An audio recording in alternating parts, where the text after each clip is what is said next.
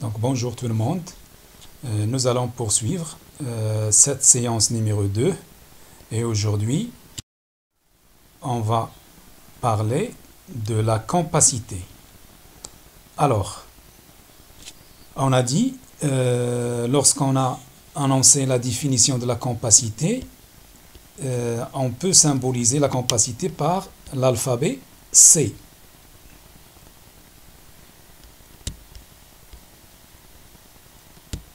Donc l'alphabet C, et on a dit il est égal le volume occupé par les motifs divisé par le volume de la maille.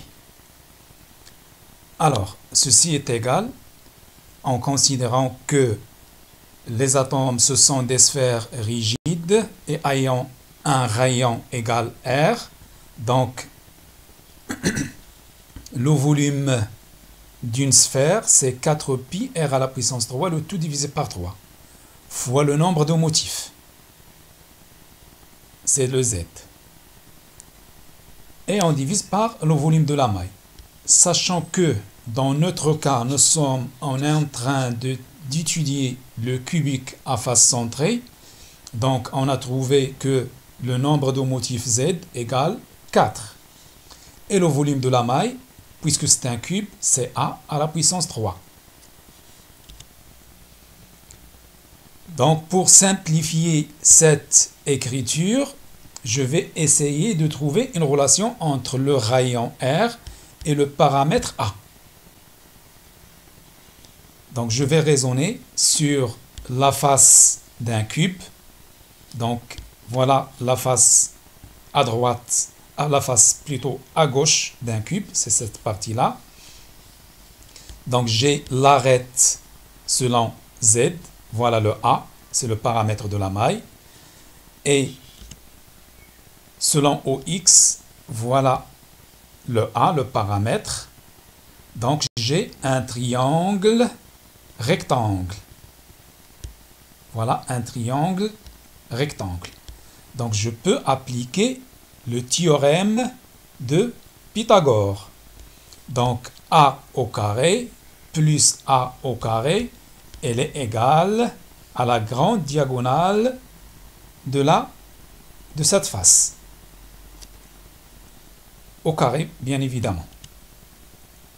Alors, cette grande diagonale, on peut la retrouver en fonction de R. Donc, voilà le rayon de cet atome qui est situé au sommet, plus 2 rayons de l'atome qui est au milieu de la face, donc ça fait 3, R maintenant, plus le 4e rayon de l'atome qui est au niveau de ce sommet. Donc c'est 4R au carré. Elle est égale à A au carré plus A au carré. Donc je vais essayer de trouver le A en fonction de R. Voilà, la relation devient A égale 2R racine de 2. Donc à partir de cette équation-là, je vais trouver le A égale 2R égale racine de 2. Je remplace le A dans la formule de la compacité en fonction de R.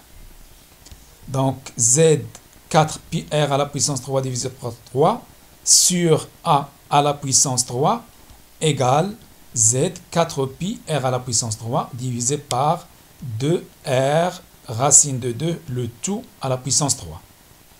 Cette formule-là, je peux encore remplacer le Z par 4. N'oubliez pas que Z égale à 4 dans le cas du cubique à face centrée. Donc je peux remplacer aussi Z par 4. Et je commence à simplifier par la suite. Donc j'ai R à la puissance 3. Voilà R à la puissance 3. Je peux la simplifier par cette R. Et je simplifie le reste. Voilà, j'obtiens la compacité égale pi divisé par le racine divisé par 3 racine de 2.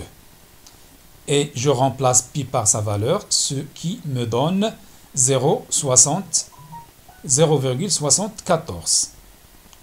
Donc, je peux dire que le volume occupé par les atomes au sein du cubique à face centrée, ça représente 74% de la maille, du volume de la maille.